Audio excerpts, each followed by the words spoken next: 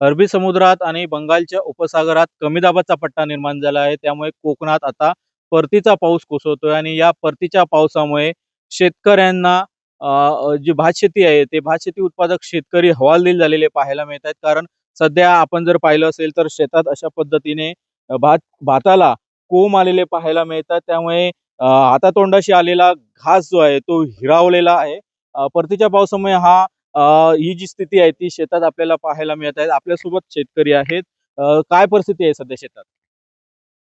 आज सिंधुदुर्गातली जर वस्तुस्थिती बघितली तर गेले 8 ते 10 दिवस पाऊस परतीचा चालू आहे आणि परतीच्या पावसामुळे जवळजवळ 50 ते 55 हेक्टर क्षेत्र भात शेतीचं असून आज शेतकरी पूर्ण संकटात सापडलेला आहे. आमची सरकारकडे एवढीच विनंती आहे की ओला दुष्काळ जाहीर करून त्यांना सरसकट कर्जमाफी द्यावी, अशी आमची शेतकऱ्यांची विनंती आहे मायबाप सरकारकडे. तुमच्या शेतात काय स्थिती आहे? हीच स्थिती आहे. भाताला कोंब आलेला आहे आणि भात सर्व आता काय याचा उपयोगच होणार नाही. काढून टाकण्याच्या लायकीचं आहे. किती क्षेत्र बाधित झाले?